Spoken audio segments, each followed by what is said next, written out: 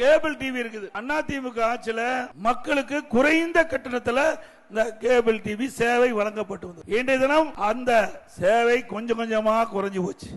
அது set app box வாங்கி கொடுக்கணும். இன்றைய தினம் திராவிட முன்னேற்ற கழகம் ஆட்சிக்கு வந்த பிறகு இன்றைக்கு ஒரு அமைச்சருடைய செல்வாக்கை பயன்படுத்தி திரு டிஆர்பி ராஜாவிற்கு வேண்டியப்பட்ட நிறுவனம் அரிஸ்டோ நிறுவனம், அந்த நிறுவனத்திற்கு வாடகைக்கு செட் ஆப் பாக்ஸ் வாங்கி கொடுக்கிறாங்க.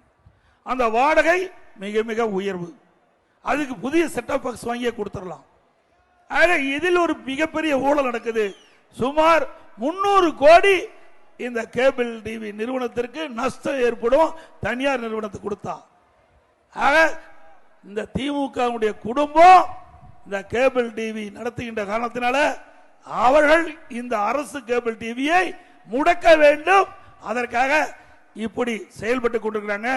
அதிமுக ஆட்சி இருக்கின்ற பொழுது 30 லட்சம் நாங்க கனெக்ஷன் இருந்தது. கேபிள் டிவி மூலமா 30 லட்சம் கனெக்ஷன் இருந்தது.